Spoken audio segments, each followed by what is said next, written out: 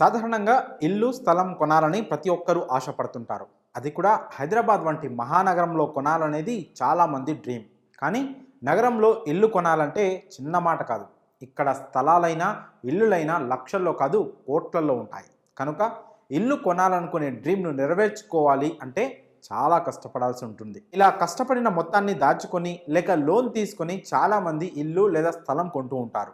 అందుకే నగరంలో ఇల్లు స్థలాలకే కాదు రియల్ ఎస్టేట్ వ్యాపారస్తులకు కూడా మంచి డిమాండ్ ఆదాయం ఉంటుంది. కానీ తాజాగా నగరంలో ఎప్పుడు లేని విధంగా రియల్ ఎస్టేట్ వ్యాపారం పూర్తిగా డౌన్ అయిపోయింది.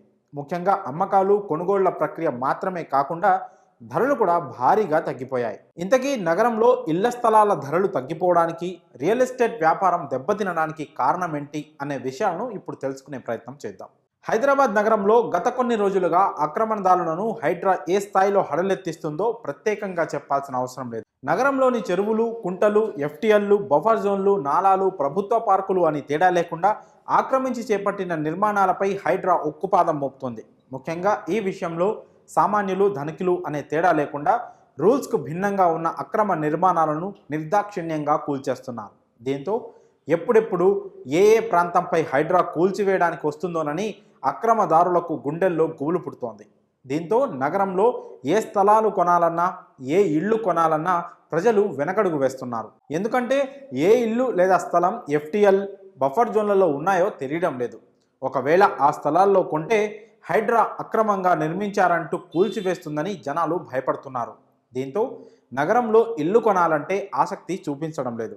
దీంతో నగరంలో హైడ్రా ఎఫెక్ట్తో ఇల్లు స్థలాలు అమ్మకాలు కొనుగోళ్లు పూర్తిగా తగ్గిపోయాయి.